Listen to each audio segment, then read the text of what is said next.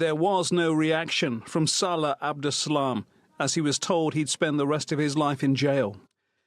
Life without parole, the toughest sentence possible, one requested by the prosecution and granted by the court, for his role in the attacks on Paris in November 2015 that killed 130 people, 90 of them at the Batalclan theatre.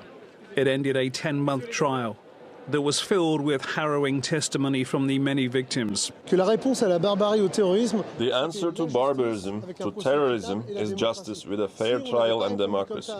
If we hadn't responded like that, if we had responded like the Americans with the French Guantanamo, I think we would have lost everything.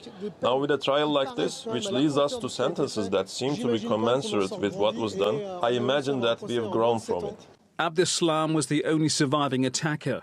Initially defiant at the start of the trial, by the end, those attending heard him tearfully apologize and asked those still affected to hate me with moderation. Hundreds of victims and witnesses packed the benches of the specially constructed courtroom to hear guilty verdicts on 13 others, accused of providing the attackers with weapons or cars and planning to take part.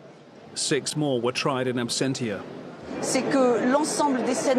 What matters is that all the crime scenes, be it the Stade de France, the cafe terraces, the Batalclan, are all considered to be the same crime scene. And so all the people who were convicted for complicity or for attempted murders are considered to have participated in the entirety of the crime scenes. And that's important for the victims.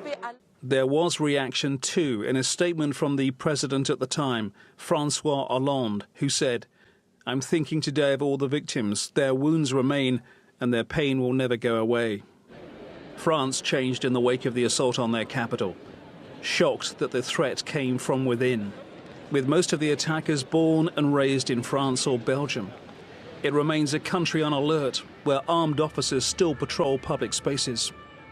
But this lengthy trial that has been complex and disturbing at times has also allowed the country to face a collective trauma of a dark night in 2015. Francis Collings, TRT World.